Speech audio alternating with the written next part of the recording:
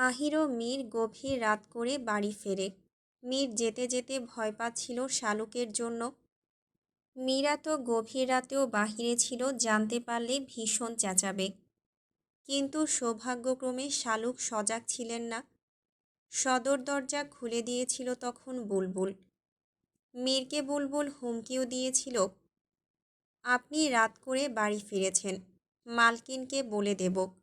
মীর জবাবে বলেছিল, তোর টাকা চাই তো, কত টাকা লাগবে বল। এরপর বুলবুল টাকা চায়। মীর পরে দেবে বলে তখন ওর মুখ বন্ধ করে। ঘড়ির কাঁটা এখন ঠিক 3টায় এসে থেমেছে। আহির মুখ গম্ভীর করে বসে আছে বারান্দায়। বারান্দার গ্রিল থেকে শো শো করে বাতাস ঢুকছে। শীতল বাতাসে আহিরের শরীর কাঁটা দিয়ে উঠছে। তবু সেখানেই বসে আছে গৌরী ওরফে জেসিয়া সারোয়ারি। মেয়েটিকে সে ভীষণ রকমভাবে ভালোবাসে। আজ সাহস করে বলেই দিয়েছে তার ভালোবাসার কথা, কিন্তু বিপরীতে তাকে প্রত্যাখ্যান করেছে। আহিরের চোখে জল জমে। কখনো সে অল্পতে কাঁদেনি, আজ কান্না পাচ্ছে, প্রচুর কান্না পাচ্ছে। গৌরী তার হবে না, তাকে পাবে না ভাবতেই তার কষ্ট হচ্ছে। ইজি চেয়ারে বসে মাথা হেলিয়ে রেখেছে, দৃষ্টি তার উপরের দিকে। একটু পর পর দীর্ঘ নিঃশ্বাস আসছে। মনস্থির করে আগামীকাল গৌরীর সাথে শেষ আরও কিছু কথা বলবে, বোঝানোর চেষ্টা করবে। গৌরী যদি তার প্রস্তাবে রাজি হয় তবে সে তার মা বাবাকে নিয়ে আসবে। তাদের দোয়া নিয়ে তবেই গৌরীকে ঘরের বউ করবে। আহির তার মা বাবার একমাত্র সন্তান, তার আবদার ফেলবেন না তার মা বাবা, আহির নিশ্চিত। আহির ইজি চেয়ারে দোল খেতে খেতে ঘুমিয়ে যায়। ঘুমের ঘোরে মিষ্টি একটা স্বপ্ন দেখা দেয়। গৌরীর কাছে গিয়ে আবারও তাকে বোঝাচ্ছে, তবে আজ গৌরীর মুখে উজ্জ্বল হাসি। আহিরের হাতে একটা ফুল। আহির বলল, আমার প্রস্তাব গ্রহণ করো, কথা দিলাম এই তোমাকে ছুঁয়ে কখনো আমার অন্তরে তোমার জায়গাটা পরিবর্তন আসবে না। আমার ভালোবাসা ক্রমশই বাড়বে, কমবে না বইকি। দরকার হয় তোমার জন্য জীবন দেব, তবুও তোমার জীবনটা নষ্ট হতে দেব না। বলেই গৌরীর দিকে ফুলটা এগিয়ে দিল। গৌরী কাপা হাতে ফুলটা নিল। আশেপাশে তাকালো বারে বারে, না, কেউ নেই। তার মাথা নিচু। আহির ঝুঁকে বলল, কিছু তো অন্তত বলো। গৌরী গোলাপ ফুলের মতো ফোলা ফোলা ঠোঁটে হাসি আঁকে। তার নিখুঁত হাসি আহির দেখল। নিখুঁত চোখ, নিখুঁত নাক, ভ্রু, সব কিছু মিলে যেন গৌরীর সৌন্দর্য সূর্যের মতোই চিকচিক করছে। গৌরী পিঠ ঘুরে তাকিয়ে বলল, আপনার মা বাবাকে নিয়ে আসবেন, আমি অপেক্ষা করব। বলেই গৌরী ছুটে যায় বাড়ির দিকে। আহির তার জবাবে খুশিতে আপ্লুত হয়ে উঠল। ঘুমটা আচমকাই ভেঙে গেল মীর আসাতে। এসে আহিরকে ডাকা শুরু করেছে। আহির চোখ মেলে তাকালো। স্বপ্নের কথাটা মনে পড়ে, যদি সত্যিই গৌরী রাজি হয়ে যেত। আফসোসের সাথে ভাবছে। মীর তার পাশে বসে বলল, এখনও ঘুমাসনি কেন? কি ভাবতেছিলিস? ঘুম আসছে না, কিছুই ভালো লাগছে না। তুই ঘুমাসনি কেন? মীর নির্বিকার কণ্ঠে বলল, ঘুমের চেষ্টা করেছিলাম, ঘুম আসছে না। আমারও কিছু ভালো লাগছে না। কখনো এরকম অনুভূতি হয় না, আজ হচ্ছে। এতক্ষণ ছাদে বসে কাবির হোসেনের সাথে কথা বলছিলাম, বেশ মজার মানুষ উনি। যা, এখন ঘুমা, আগামীকাল কথা হবে। আগামীকাল কেন? এখনই যত খুশি বলে নিই। আগামীকাল বেঁচে থাকবো তার কোনো নিশ্চয়তা নেই। বেঁচে থাকার নিশ্চয়তা যখন নেই তখন ভালো পথে ফিরে আয়। পথ তো ভালোই হয়, খারাপ কোথায়? বলল মীর। সিগারেট ধরালো। ঠোঁটের মাঝে রেখে একটা টান দিয়ে বলল, তুই ঘুমিয়ে যা, নয়তো শোক পালন কর, আমি আসছি। বলেই উঠে গেল। আহিরের ঘর থেকে বেরিয়ে হাঁটল মায়ার ঘরের উদ্দেশ্যে। রাফিদ রাত 8টার পরেই ঘুমিয়ে পড়েছে। সকাল থেকে সে অনেক খেটেছে, ক্লান্ত শরীর। মীর তখন ডাকলেও ওঠেনি। আহির যেন মর্মাহত হয়ে পড়ে আছে। মীরের মনটা উদাস হয়ে আছে, কিছুই ভালো লাগছে না। শুধু ভাবছে কি যেন কি হবে। মনটা আপাতত সব পরিষ্কার করতে হবে। মায়ার উল্টোপাল্টা কথা শুনলে নিশ্চয়ই মন ভালো হবে ভেবে তার ঘরের দিকে এগোচ্ছে মীর। যেতে যেতে পথে দেখা হয় বুলবুলের সাথে। মধ্যরাতে জল খাওয়ার অভ্যেসটা ওর আজও যায়নি। তখন জল খেতে উঠে দেখে জগে জল নেই। জল নিতে নিচে রওনা হতেই মীরের সামনে থমকে দাঁড়ায়। মীরও দাঁড়িয়ে যায়। তাদের প্রথমে চোখে চোখে কথা হয়। বুলবুল মীরের পথ ধরে সামনে তাকালো। সামনেই মায়ার ঘর। তার ঘরে যাচ্ছে বুঝে প্রশ্ন করল, আবার কি মতলব আপনার? মীর যেন বুলবুলের প্রশ্নে ক্লান্তি অনুভব করল। শরীরের ভাঁজ ভেঙে বলল, ম্যাচ খেলতে যাচ্ছিলাম। আর কোনো প্রশ্ন? কিন্তু একদিনে এতবার? তোর সমস্যা কোনো? না। আমি কি আসবো? আমার গোলকিপারের দরকার নেই, আমি একাই সব। বলেই মীর বুলবুলকে ছেড়ে এগোলো। মীর মায়ার ঘরের সামনে এসে থামে। হাতের সিগারেট ফেলে দেয় মেঝেতে। পা দিয়ে পিষে ফেলল। মায়ার ঘরের দরজা খোলা, ভেতরের বাতি নেভানো। কয়েকটা মোমবাতি জ্বালিয়ে রাখা।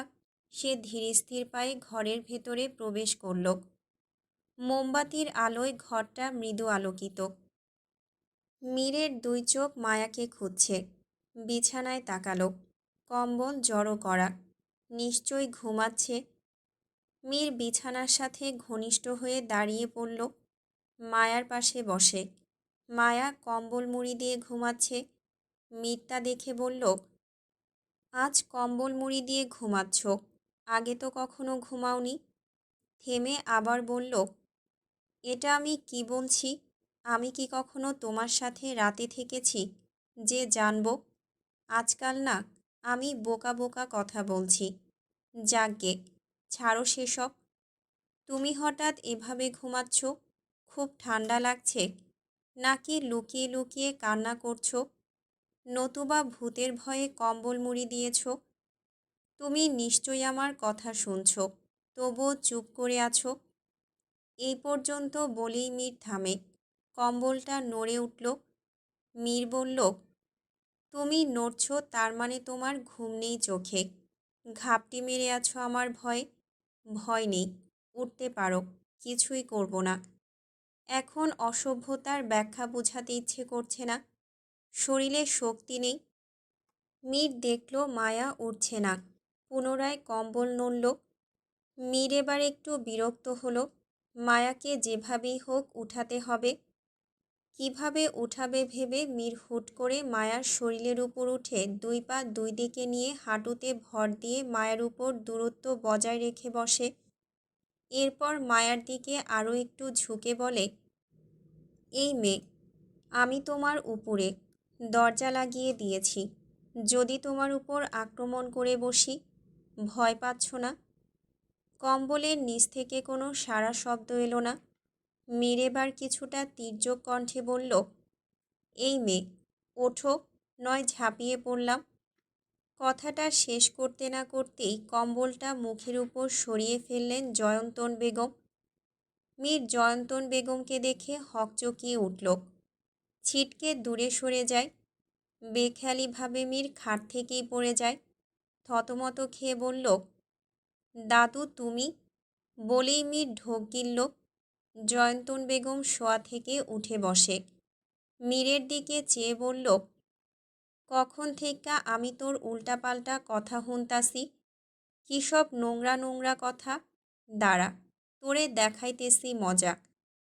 বলেই জয়ন্তন বেগম খাট থেকে নেমে তার ছড়িটা হাতে নিয়ে মীরকে পেটাতে শুরু করল। পেটাতে পেটাতে বললেন, তোর খুব শখ আমার উপর ঝাঁপাই পড়নের? নিজের শক্তি দেখাইবার আইছো? ছি। মীর জয়ন্তনকে আটকাতে চাইল। বলল, আরে দাদু, আগে আমার কথা শোনো। আমি তোমার উপর শক্তি কেন দেখাবো? তোমার নাতনির উপর দেখাতে এসেছিলাম। তুমি ওর ঘরে আমি কিভাবে জানবো? তুই কি করে জানবি মানে? এই মাঝরাইতে তুই ওর ঘরে কেন? মীর জয়ন্তনের ছুরিটা টেনে নিয়ে দাঁড়িয়ে গেল। বলল, অনেক মেরেছ, এখন শোনো। আমাকেও অসভ্য বলেছিল, তাই প্রতিশোধ নিতে এসেছিলাম, কিন্তু এসে আমি নিজেই বলির পাঠা হয়ে গেছি। জয়ন্তন বেগম সোজা হয়ে দাঁড়ান, ঘরের আলো জ্বালান। বললেন, আর একটু হইলেও তো তুই আমার শৈলে ভর দিতি। তোরে বিদেশে এই শিক্ষা দিছে, হতচ্ছাড়া। শিক্ষা অনেক পাইছি, কিন্তু কেউ আমারে অসভ্য কয় নাই। আইজ তুমি আমারে কইলা। আমার কষ্টে কান্না করতে মন চাইতেছে। বলেই থামে মীর। মীরের মুখে আঞ্চলিক ভাষা শুনে জয়ন্তন কিছুটা অবাক হলেন। চোখ ছোট করে মীরের দিকে তাকিয়ে রইলেন। মীর ছড়ির দিকে চেয়ে এতক্ষণ কথা বলছিল। জয়ন্তনকে চুপচাপ দেখে চোখ তুলে তার দিকে তাকালো। নিজের বলা আঞ্চলিক ভাষার কথাগুলো তার কানের কাছে ভেসে উঠল। বিড়বিড় করে বলল, এ আমি কি বললাম? কি ভাষায় কথা বললাম? তোর মাথাটা গেছে নাকি? বুড়ি, তোমার জন্য আমার ভাষা পরিবর্তন হয়ে গেছে। আমার সাথে কথা বলতে হলে আগে শুদ্ধ ভাষা শিখে এসো। আহা, আমার কালাচার নাতি, ওনার লগে কথা কইতে আমার বইয়েই গেছে। এই ঘরতন বাইরা। মীর ছড়িটা জয়ন্তনের দিকে এগিয়ে দিয়ে বলল, যেতে এসেছি, থাকতে নয়, বিশেষ করে তোমার মতন বুড়ির সাথে। তোর থেইক্কা ভালোই আছি। তুই হাতে দেছো সাপের মতন কী সব, তার লগে ঝাঁকানাকা প্যান্ট, মাথার চুলগুলা ভেড়ার মতো, চোখ দুইটা বিড়ালের মতন। তারপরও তো তোরে আমার লগে মানায় না। বাদরের মতন লাগতেছে তোরে। মীর ভেংচি কেটে বলল, উম, তোমার সাথে মানাতেও চাই না। আমার ভার সহ্য করতে পারবে না। এতটুকু বলতেই জয়ন্তন পুনরায় ছড়ি দিয়ে মীরকে মার শুরু করলেন। বললেন, ঘর থেইক্কা বাহির হ, মুখে কিছু আটকায় না। মীর আর কিছু না বলে দ্রুত পায়ে ঘর থেকে বের হয়। জয়ন্তন ঘরের ভেতর থেকে দরজা লাগিয়ে দেন। মীর হাঁটুর উপর হাত রেখে তাতে নিজের ভর রেখে দম ছাড়ল। লক্ষ্য করল তার পেছনে কেউ। ঘুরে তাকালো। বুলবুল জগ হাতে দাঁড়িয়ে আছে। মীর তাকাতেই তার দিকে এগিয়ে আসলো বুলবুল।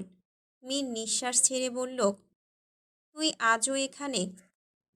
আপনি বললেন না আজ ম্যাচ খেলবেন, তাই আগে থেকেই জল নিয়ে দাঁড়িয়ে আছি। আপনি খুব হাঁপাচ্ছেন, নিন জল খান। বুলবুল জলের জগটা এগিয়ে দিল। মীর কটমট চোখে ওর দিকে তাকালো। মীর জলটা খেয়ে ফেলল। বুলবুল বলল, খেলায় কে জিতল? মীর কিছুক্ষণ আগে অপমানিত হয়েছে, তার দাদির কাছে ধরা খেয়েছে। বুলবুলকে বলতে চাইছে না, কিন্তু আন্দাজ করতে পারছে বুলবুল সব শুনেছে। তবুও নিজের মনোভাব ধরে রাখার চেষ্টা করে বলল, কে জিতবে?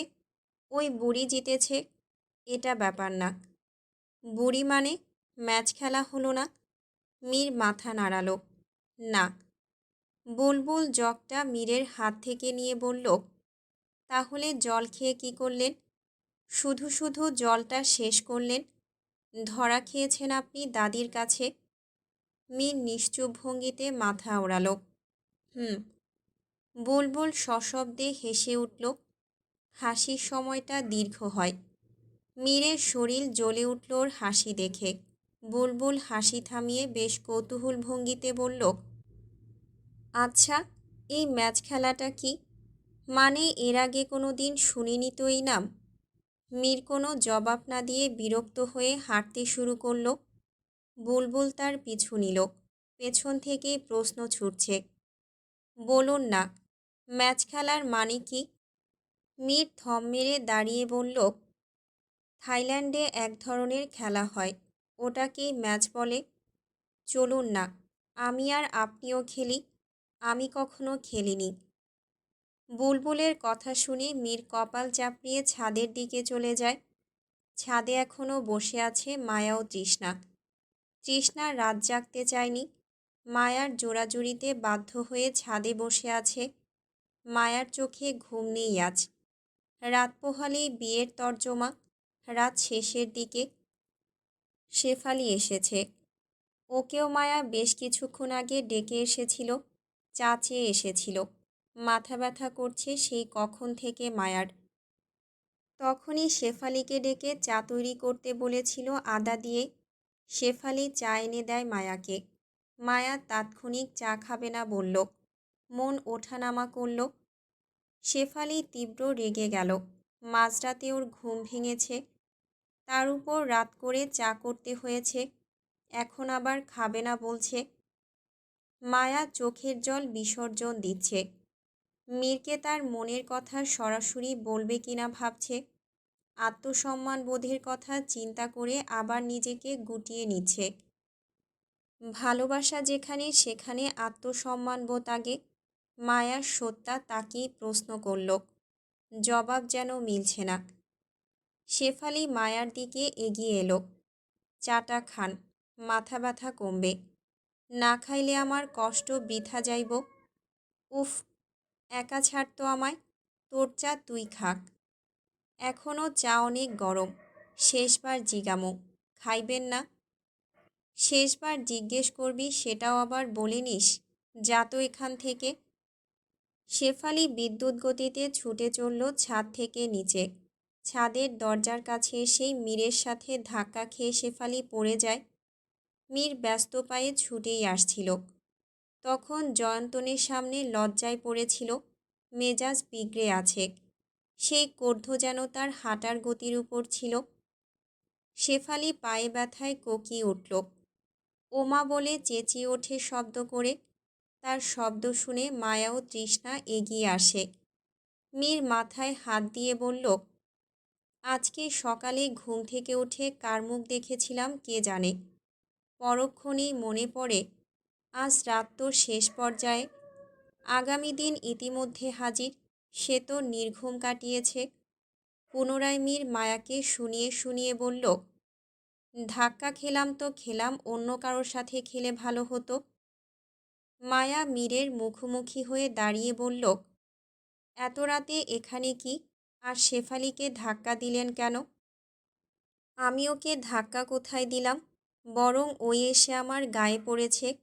শত হোক, আমার মতো সুদর্শন সুপুরুষকে সবারই মনে লাগে। ও না হয় একটু দেহে লাগাতে চেয়েছে। আপনি খুব বাজে। লেখা আছে কোথাও? আপনার সারা শরীরেই লেখা। শুনে মীর পরনের জ্যাকেট খুলতে চাইল। বলল, তাহলে কাপড় খুলে দেখাচ্ছি। ছি, চলে যান তো এখান থেকে। আপনার জন্য কোনো শান্তি পাচ্ছি না। তোমাকে চির শান্তি দিতে এসেছিলাম, কিন্তু ঘুরে ফিরে শয়তানের সাথে দেখা হয়েছে।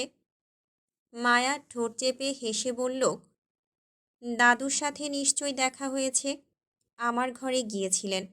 আমাকে বলা কথাগুলো ওনাকে বলেছেন। উনি আপনাকে নিশ্চয়ই লাঠিপেটা করেছে।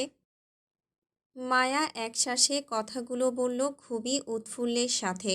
বলা শেষে হেসে উঠল। অট্টহাসিতে তলিয়ে গেল সে। মীর মায়ার মুগ্ধকর হাসি দেখছে নেশাভরা চোখ জোড়া নিয়ে। এসেছিল মায়াকে ধমকাবে বলে, কিন্তু তার মসৃণ স্নিগ্ধ হাসিতে তার রাগ গলে গেল মোমের মতন। তার ঠোঁটে এক চিলতে হাসি ভেসে উঠল।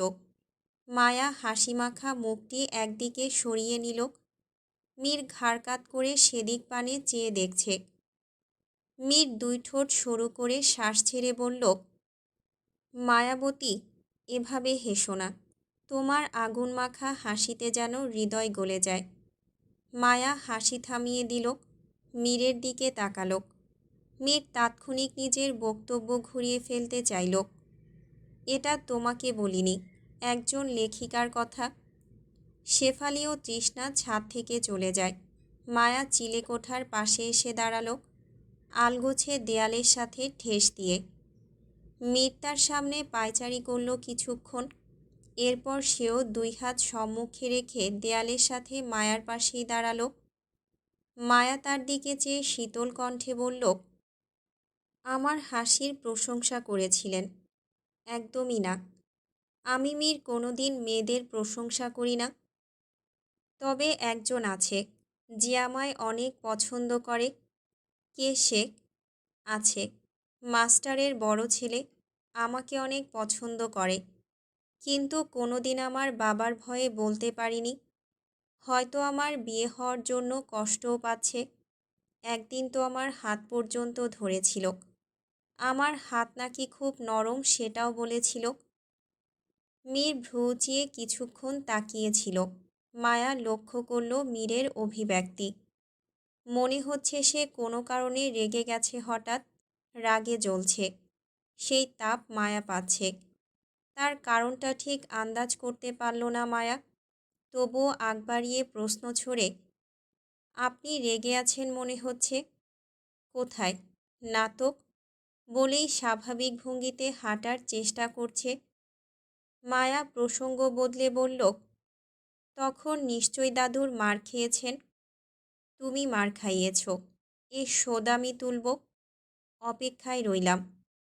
আমিও অপেক্ষায় আছি সেই উত্তম সময়ের। বলেই ঠোঁট বাঁকিয়ে হাসে মায়া। তার হাসির কারণ মীর মার খেয়েছে বলে। মীর তার সামনে গিয়ে বলল, খুব মজা পাচ্ছ তাই না? কণ্ঠে যেন মীরের সুর মাখা। মায়া কিছু না বলে পুনরায় বলল, সত্যিই হাসি পাচ্ছে। মীর বাঘ হানতান কত কি বলেছিলেন। থেমে আবারও হাসে মায়া। মীর তাকিয়ে আছে বিনা পলকে। মায়া মীরের দৃষ্টি লক্ষ্য করে বলল, ওভাবে কি দেখছেন? তোমাকে যতই দেখি ততই যেন দেখতে ইচ্ছে করে, তবুও দেখার তৃষ্ণা যেন মেটে না।